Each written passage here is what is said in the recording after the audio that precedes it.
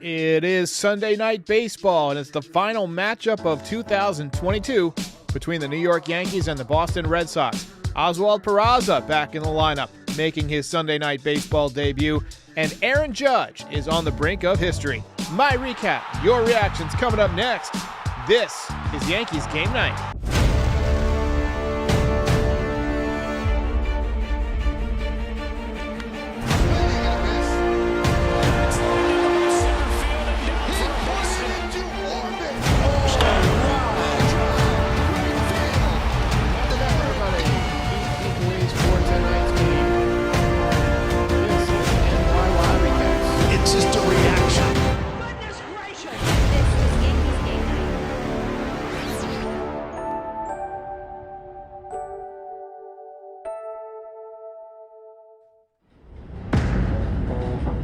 How's it going, everybody?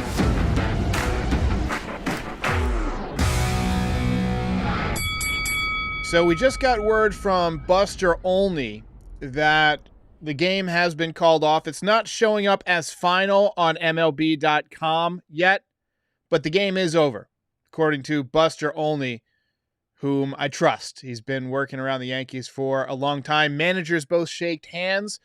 The umpires shaked hands. So this one is in the books. And the Yankees win a rain-shortened game 2-0. Hate to be the bearer of bad news, but Aaron Judge did not get to 61 on the homestand. Also, it's Monday in a couple of hours. But on the positive side, that is 7 straight wins for the Yankees. And they are now set up to clinch the American League East in enemy territory in Toronto. And as much as you love to clinch at home, as long as you win the World Series at home, it's fine. Clinching the AL East on enemy territory actually kind of feels good. It's kind of satisfying. It takes me back to when the Yankees clinched the wild card in 1995. Don Mattingly getting into the postseason for the first time. You guys might remember that he kind of fist pumped and pounded the artificial turf in Toronto. And it was one of the great moments of all time. He had a home run in that game. So another night of waiting for the Maris family. And if Judge doesn't go deep on this next road trip, they're going to have to charge the Maris family for, season tickets or something like that.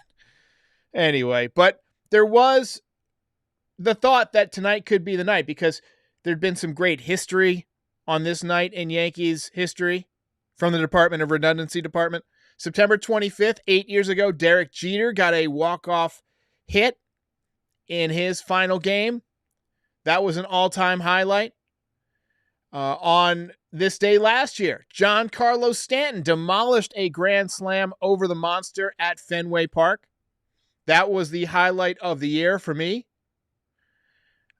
Judge played well tonight, but did not add to the history of September 25th. A lot of Yankees fans, myself included, were faced with a conundrum. Do we watch the ESPN broadcast with David Cohn, or do we go with the K-Rod cast? Either way, Disney gets our advertising money. But ultimately, I landed on Michael Kay for the actual Judge at bats, but I kind of stuck with the regular broadcast for the rest of it. Harrison Bader was mic'd up tonight. I thought that was fantastic. One of the few things I enjoy about the ESPN games. I found him extremely likable. I found him, just fun, full of energy. I like that he's 100% moving around the entire inning. He's never standing still. His energy's going. He's in the game. Head is in the game. He's cheering on his pitcher. But love Bader's energy. Also, final note before we get to the abbreviated recap, and we'll keep this short tonight because it is Sunday night. I know a lot of you have work in the morning. But final note, got to give a round of applause to Miguel Andujar, claimed off of waivers by the Pirates. So Judge doubled down the left field line to lead off the game. Just another laser beam extra base hit for him. But unfortunately, he was stranded at third. Both teams were quiet early. Nestor Cortes was sharp tonight. Oswald Peraza was in the lineup for the first time in what seemed like forever. He picked up a line drive single in the bottom of the third. I just realized my little counter fell over. He picked up a line drive single in the bottom of the third, and then Aaron Judge followed up with a great at-bat to draw a walk once again, but both runners were stranded. Red Sox threatened in the top of the fourth with runners at second and third, but Nestor pitched out of it. Beautiful opposite field double from Oswaldo Cabrera, who continues to impress. To lead off the fourth inning, he scored on a base hit by Jose Trevino to give the Yankees their first run of the night. ELT predicted the Pirates would claim Andujar. I can neither confirm nor deny, but I trust him. He posts here a lot. Marwin Gonzalez made the web gem of the night in the fifth inning, line drive at third, and he got some ups, man. They were debating whether or not he could dunk. He can absolutely dunk. Just fantastic stab to take away a potential extra base hit. Nestor was nasty tonight. He was done after 6 innings, just 1 hit allowed, no runs, 5 strikeouts. Outstanding performance.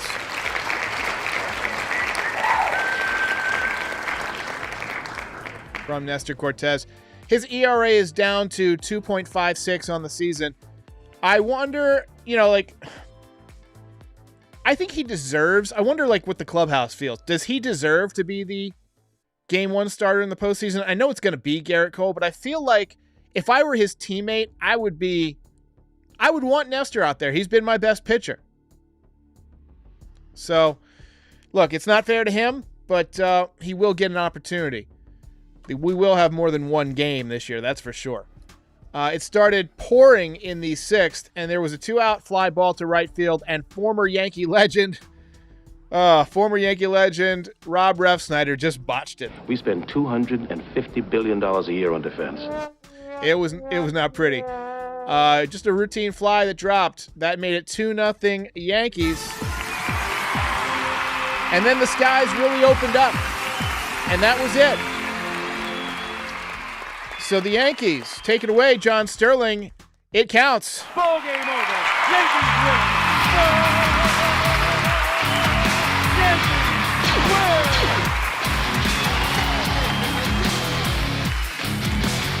Never get tired of that team. You're a winner. Catherine says, does Cortes get a complete game? Yes, he does. Congratulations to Cortes. And because he pitched so well, that seems like the perfect segue. Let's give this man a belt. Let's go. Belt winner. Joe Bag says he likes lining Nestor up against the opponent's number 2. That's a fair way to look at it, and I think about that sometimes too. Look, it doesn't matter what we think. I mean, Garrett Cole's going to get the ball in number 1 if he's healthy, and Nestor in number 2. But Nestor is one of the better number 2 pitchers in the league. So if you lose game 1 behind Garrett Cole, he's a good option to come back and be a stopper and even up the series. Now, look, if the Yankees win the first round, they will advance to take on probably the Astros in the second round. All you need to do is win 1 game on the road.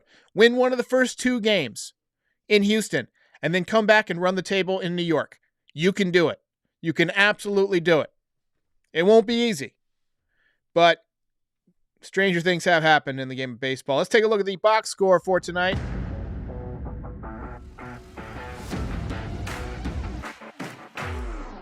So with the 7th consecutive win for the Yankees, they are now at 94-58. And you got to think they could get to 100 if they don't take their foot off the gas. Not a lot of offense in this game, just 7 hits combined between the 2 teams. Yankees had 6 hits, Boston just 1. As I mentioned in the intro, this is the final time of the 2022 season that the Yankees and the Red Sox will face off. Red Sox now 72-80. They are in last place in the American League East. I thought their starter had some pretty good stuff. Belo 2-7, now 4.39 ERA. Hits went to Judge, RBI, sorry, not an RBI, a leadoff double. Oswaldo Cabrera with a double to left field. Oswald Peraza with a double, his third double already. And Harrison Bader had an infield single. Peraza had 2 hits. He also had a line drive single. So I'm liking what I'm seeing from the kids. They factored in a big way, and the pitching is nice and simple. Cortez went all 6, and 1 hit allowed, 2 walks, 5 strikeouts. Game ends after 6 innings. I think I said 7 at the open, but the game is complete. They will not make it up.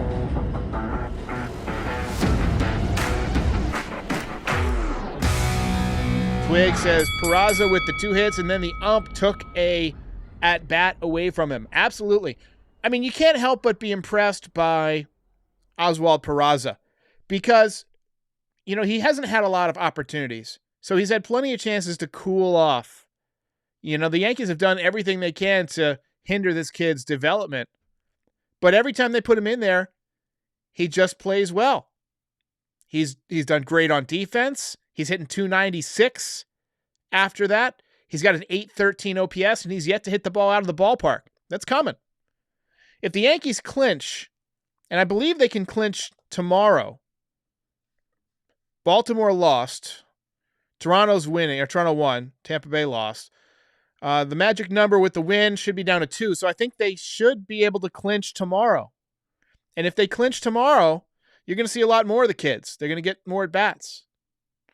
Norsik says, Little League game. 100% right. Little League 6-inning games are actually the best to watch on TV. It doesn't take a lot of time. It's home runs nonstop.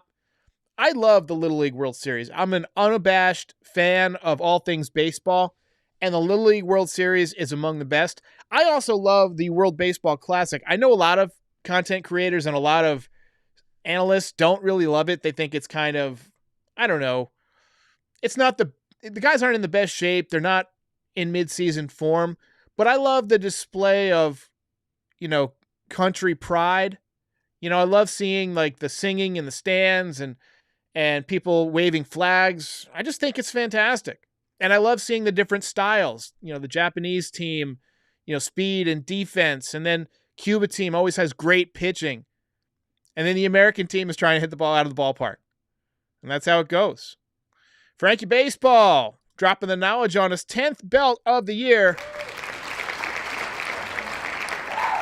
Excellent. Nice job. Absolutely. Hey.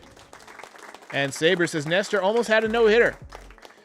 Yeah, I think they changed the rule where you have to have 9 innings to get a no-hitter, right? If it's a rain-shortened game, it doesn't count anymore as officially a no-hitter, whether or not there's hits at all. Finn Lodge says, where do you put Peraza if Volpe is a shortstop? That's an interesting question. We're going on the assumption that Gleyber Torres will be back.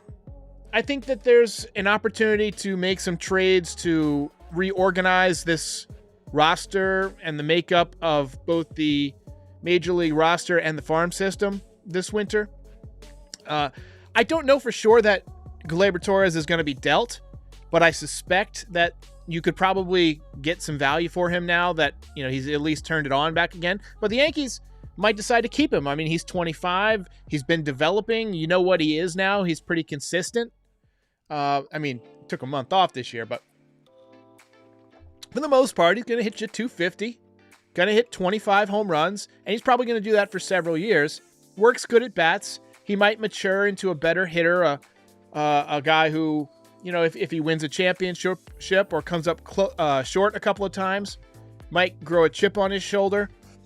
There's a lot of things that can happen, a lot of possibilities, a lot of quantum outcomes for Gleyber Torres, but I could still see them moving him. If they don't move him, Volpe is almost certainly going to be the shortstop, and the fact that they haven't played Peraza much could be an indication that they plan to move him in a deal for maybe some starting pitching.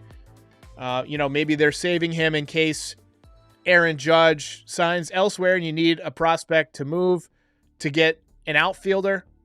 You could see a scenario in which Peraza plays shortstop and Volpe plays second base, and Gleyber Torres gets moved, or IKF plays third base, Volpe plays shortstop, and Torres plays second, and they move Peraza. I'm getting my names all confused, but I think I got that right. So it's a lot of scenarios are possible.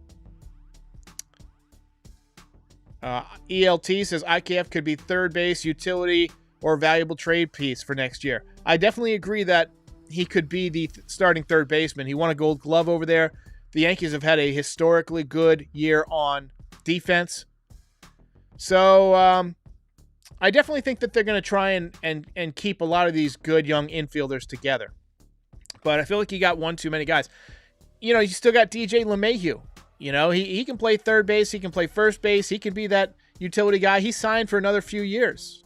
And I think he might even have a no-trade clause. So I'm not sure the Yankees would even deal him if he didn't have one. So there's just a lot of moving parts here. A lot of moving parts. All right, guys. So we're going to keep this short tonight because it is Sunday night. It was a quick game, just 6 innings. But the Yankees win one more. So we're going to watch the highlights. There are not many.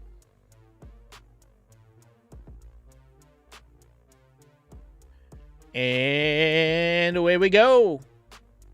Peter says Gleyber isn't going anywhere. I don't know. Maybe. Maybe not.